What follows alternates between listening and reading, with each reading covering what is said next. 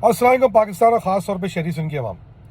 अभी हर तरफ बल्दिया factory case का चर्चा है और मुझे इस पर बिल्कुल हैरत नहीं हो रही। बल्दिया फैक्ट्री का केस इसलिए रिजल्ट आना था जज साहब के अजम्पशन के बेस पे, क्योंकि एमक्यूएम ने पीपल्स पार्टी पे प्रेशर डाला हुआ है कि आप नए सेंसस के हिसाब से इलेक्शन करवाएं, आप डीलिमिटेशन के हिसाब से हल्का बंदियाँ करवाएं और आप हमें हमारे हकूक़ दें। पीपल्स पार्टी का हकूक़ तो देने नहीं है और हमें बताने की ज़रूरत नहीं है कि सिंध की मशीनरी किसके हाथ में है। हर कोई, मैं कह रहा हूँ हर कोई सिंध का जो है इस वक्त as you speak Peoples Party के हाथ के अंदर है। तो ये जजमेंट आना कोई नई बात नहीं है, मगर इस जजमेंट के पीछे कुछ मुहर्रिकात हैं जो शायद लोगों को नहीं बताए जाते। क्या आपको ये बात पता है कि जिस वकील ने ये केस शाहिदा खातून नामी औरत के बेस पे, एक इंटरनेशनल कंपनी, उसका नाम नहीं लेंगे, उसके खिलाफ यूरोपियन कोर्ट्स ने, जर्मन कोर्ट्स में लड़ा, उन्होंने भी उस पूरी एप्लीकेशन में, पूरी अपील के अंदर इस बात को इस्टेब्लिश कर दिया कि इस फैक्ट्री के अंदर प्रॉपरली कहते हैं ना HSC या जो है बाकी इकदाम नहीं किए गए थे, जिसकी वजह से आग के अंदर झुलस के या घुट के मासूम 260 लोग मर गए। अगर ऐसा नहीं है तो इस कंपनी ने, जिसका पाकिस्तान से बाहर है बेस, और उसने वो कॉन्ट्रैक्ट अली इंटरप्राइजेस को दिया था, जिसके 2 भाईला बरदरान, उसमें हम बात करेंगे, जो भागे हुए इसलिए हैं कि वो अपने कॉन्ट्रैक्ट ऑब्लाइज नहीं कर पा रहे थे। तो आपको तो पता है पाकिस्तान में जब कॉन्ट्रैक्ट ऑब्लाइज नहीं होते तो फैक्ट्री को आग लगा दी जाती है। अब वो जो फैक्ट्रियों की आग लगाई गई तो भाईला साहब जो भी लोग होंगे उनके अपने मजदूर झुलस गए, क्योंकि उन्होंने जो है वहाँ पर रास्ता जो है ना खोल के नहीं रखा हुआ था। तो अगर ये बात गलत है कि वहाँ पर प्रॉपर इकदाम नहीं लिए गए थे, तो फिर इंटरनेशनल इस कंपनी ने German European commission human rights की इस वजह से, जिसकी रिपोर्ट जो है सब इंटरनेट पे मौजूद है, क्यों $6 मिलियन का कंपनसेशन दिया? क्यों उन कोर्ट्स ने $6 मिलियन का आउट ऑफ कोर्ट सेटलमेंट किया? क्योंकि उनको पता है कि ये मामला अगर यूरोपियन यूनियन के कोर्ट्स में जाएगा तो ये मामला 6 मिलियन से बहुत आगे जाता। क्योंकि मैं आपको एक बात बता दूं, इंटरनेशनल कंपनी बगैर किसी बेस के कंपनसेशन नहीं देती। उसको इस बात का पता है कि अगर मैं ये कंपनसेशन दूंगा बगैर किसी बेस के तो कल मुझसे सवाल होता। वो पाकिस्तान तो है नहीं ना, कोई पूछने वाला नहीं है, कोई गचने वाला नहीं है। तो सीधी सी बात ये है कि फैक्ट्री के अंदर जो आग के अंदर लोग झुलस के मरे, वो सिर्फ और सिर्फ लालची इंडस्ट्रियलिस्ट की निशानी थे, जिन्होंने अपना लॉस बचाने के लिए, छुपाने के लिए उस फैक्ट्री को तमाशा बनवाया, आग लगवाई, तमाशा क्रिएट करवाया, ताकि हो सकता है उनके बाद लोगों को तनख्वाह देने के भी पैसे ना हो, क्योंकि वो अपने कॉन्ट्रैक्ट ऑब्लाइज नहीं कर पा रहे थे। और उन्होंने आग लगवाई ताकि वहाँ पर लोग जो है वो उनसे पैसे भी ना मांगे। वो उनकी बदकिस्मती हुई कि वो आग फैली, और वो जो आग फैली तो वो इस तरह फैली कि पूरी फैक्ट्री में इसलिए फैल गई क्योंकि उन्होंने वहाँ पर बहुत सारे वो इकदाम नहीं लिए हुए थे जो कॉन्ट्रैक्ट के हिसाब से होने चाहिए थे। अगर वो इकदाम होते तो जिस कंपनी की मैं जर्मनी में बात कर रहा हूं वो $6 मिलियन का कंपनसेशन नहीं देते। वो अगर वो मामला यूरोपियन कमीशन के ह्यूमन राइट्स में जाता तो ज्यादा भी कंपनसेशन लिया जाता। और मैं आपको एक बात बता दूं, वो ट्रायल अभी तक खत्म नहीं हुआ है और उस ट्रायल की जो बेसिस है वो ये है कि जी उस फैक्ट्री के अंदर प्रॉपर इकदाम नहीं थे, वहाँ टेररिज्म की बात ही नहीं हुई है, वहाँ आर्सन की बात ही नहीं हुई है। और इंश्योरेंस की अगर पॉलिसी पे कर रही है तो एक चीज ध्यान में रखिए, टेररिज्म और आर्सन उसमें एक्सक्लूजन है। वो पे क्यों हुआ है उस कंपनसेशन में? वो इसीलिए पे हुआ है कि चूंकि इस पूरे मामले के अंदर ये बात साबित हो गई थी कि अली इंटरप्राइजेस के जो मालिकान हैं वो कोताही के मुर्तकिब पाए गए हैं। उन्होंने इन अपने लॉस को छुपाने के लिए इस फैक्ट्री को आग लगवाई है, और वो बदकिस्मती उनके अपने साथ ही हो गई कि वो बेचारे लोग शहीद हो गए।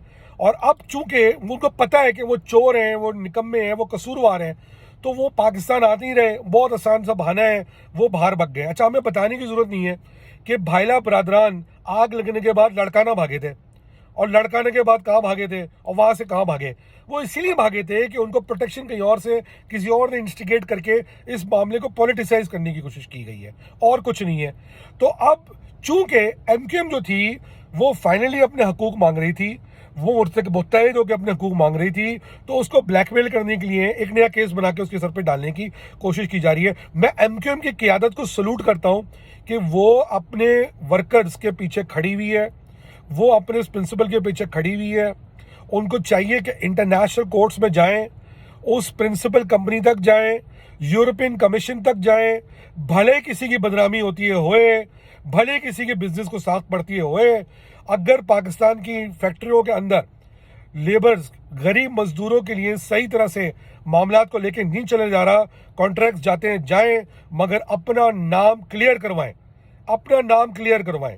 ये 2-3 लालची लोगों की गफलत की जिम्मेदारी सिर्फ आप आर्सन टेररिज्म पे इसलिए डाल देते हैं ताकि आपको कंपनसेशन नहीं देना पड़े, आप भाग जाएं।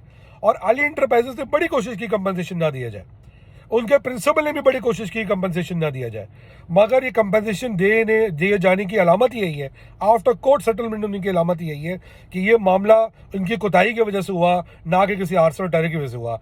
कोई इंटरनेशनल कोर्ट में बात साबित नहीं हो सकी एक जज के मफरूजे पे कि जी वो समझते हैं कि पूरी क़यादत होगी। इस तरह दुनिया के कानून नहीं चलते। ये जो भी जज साहब हैं, मैं नए आने वाले चीफ जनरल पाकिस्तान की आर्मी के जनरल आसिम मुनीर से और चीफ जस्टिस पाकिस्तान जो नए आ रहे हैं मिस्टर फाइज ईसा से अपील करूंगा कि इस जज का मुआयना कराया जाए कि ये जज जो है वो इस पोजीशन पे बैठने के काबिल है कि नहीं है। दूसरी बात ये कि मैं नहीं समझता कि अब दुनिया की कोई ताकत एमक्यूएम को उनके हकूक, शहर के हकूक मांगने से रोक सकती है। पीपल्स पार्टी, बिलावल भुट्टो, तू जितना दम लगाना लगा ले, तू जितना दम लगाना लगा ले। एमक्यूएम की ये क़यादत पाकिस्तान की खातिर, कराची की खातिर, हैदराबाद की खातिर, शहरी सिंध की खातिर तुम्हारे जबड़े से, तुम्हारे हलक से अपने हकूक लेगी। तुम चिखनी चीखें मांग लो, तुम कितने इल्जाम लगा लो, तुम कुछ भी कर लो, तुम्हारा अच्छे खानदान वाले भी अब हकूक देंगे। ये ड्रामेबाजी बहुत ख़त्म हो गई है। रियासत को समझ में आ गया है कि तुम किस तरह पाकिस्तान को ब्लैकमेल करते हो। और चूँ इस बात की तकलीफ है कि चूँकि एमक्यूएम तुमसे अब अपने हकूक मांग रही है, तुम्हारी ख्वाब जो है ना कि तुम सिंधु देश बना लोगे, उसमें दरमियान ये लोग हायल हो रहे हैं, इसलिए अब तुम्हारी चीखें निकल रही हैं। हमें पता है कराची से लेकर कश्मीर और कश्मीर से आगे रहीम मियां खान तक तुम्हारी कुत्ते वाली हुई है, कोई नहीं निकला बाहर तुम्हारे लिए। तुम्हारी शक्ल बता रही है, तुम्हारी बीएपी ने लात मारी है, तुम्हारी पंजाब में लात पड़ी है, इंशाल्लाह इस दफ़ा सिंध में भी तुम्हारी जो है ना उस पर लात पड़ेगी। तो मैं सिर्फ इतना कहना चाहूँगा कि मैं इस जजमेंट को देख के सरप्राइज नहीं हूँ, मैं बिल्कुल सरप्राइज नहीं हूँ। पाकिस्तान की बिला कहते हैं ना माजरत के साथ अदलिया इतने मजायका केस जजमेंट दे रही है, इतने मजायका केस जजमेंट दे रही है कि एक मज़ेदार जजमेंट और आ गया, कोई फर्क नहीं पड़ता, इससे किसी का नुकसान नहीं हो रहा। उस अदलिया का अपना वकार मजरू हो रहा है। अदलिया को अपने अंदर बैठे हुए ऐसे पेरोल पे जजेस को देखना चाहिए ताकि आइंदा जो है पाकिस्तान के अंदर इंसाफ मिले। वो 260 लोग जिनके चाहने वाले, मोहब्बत करने वाले चले गए, वो इंटरनेशनल कोर्ट में जाके अपने लिए इंसाफ ले आए 2015-16 में, क्योंकि कोई सियासत इन्वॉल्व नहीं थी। यहाँ इनको आज जाके एक मफरूजे के बेस पे इंसाफ मिल रहा है, इससे बड़ा मजाक हो ही नहीं सकता।